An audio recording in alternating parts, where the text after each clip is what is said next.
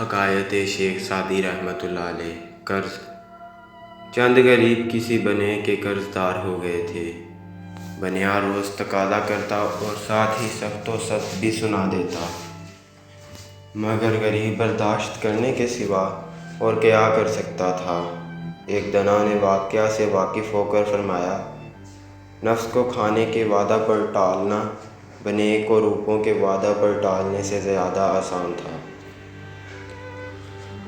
حکایت شیخ سعدی رحمۃ اللہ علیہ۔ ناخلف بیٹا۔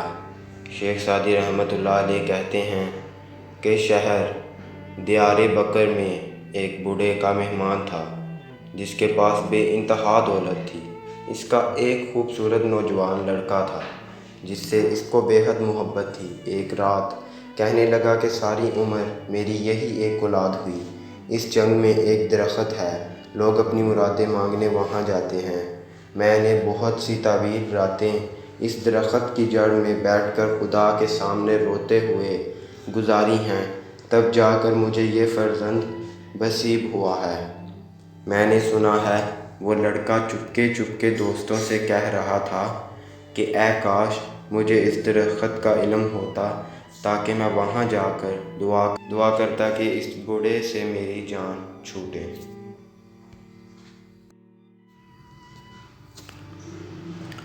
حضرت شیخ سعدی رحمۃ اللہ علیہ کے بچپن کا واقعہ۔ حضرت شیخ سعدی رحمۃ اللہ علیہ فرماتے ہیں کہ میں بچپن میں بڑا عبادت گزار تھا، مجھے ذکر اللہ کا شوق تھا۔ ایک رات میں اپنے والد کے ساتھ ذکر اللہ میں مشغول تھا۔ ہمارے ارد گرد کچھ لوگ سوئے تھے۔ میں نے اپنے والد سے کہا کہ یہ کیسے لوگ ہیں جو تہجد کے وقت سوئے ہوئے ہیں؟ اس پر میرے والد نے مجھے ایسی نصیحت کی جو میری ساری زندگی اور ساری عبادت پر بھاری ہے۔ حکایت شیخ سعدی رحمۃ اللہ علیہ۔ صدا۔ حلب کے بازاروں میں ایک بھکاری صدا لگا رہا تھا، دولت مندو، اگر تم لوگوں میں انصاف ہوتا اور ہمیں صبر کی توفیق ہوتی تو دنیا سے سوال کی رسم ہو اٹھ جاتی۔ اپنی اور دوست کی پہچان۔ جب آپ عروج پر ہوتے ہیں تو آپ کے دوستوں کو پتہ چلتا ہے کہ اب آپ کون ہیں۔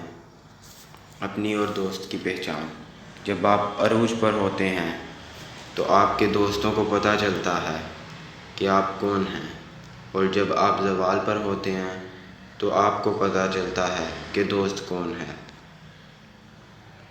حضرت شیخ سعدی رحمۃ اللہ علیہ فرماتے ہیں، جو دکھ دے اسے چھوڑ دو، مگر جسے چھوڑ دو اسے دکھ نہ دو۔ دن کی روشنی میں رزق تلاش کرو، رات کو اسے تلاش کرو جو رزق دیتا ہے۔ اگر تم اللہ کی عبادت نہیں کر سکتے تو گناہ کرنا چھوڑ دو۔ آسماں پر نگاہ ضرور رکھو، مگر یہ مت بھولو کہ پاؤں زمین پر ہی رکھے جاتے ہیں۔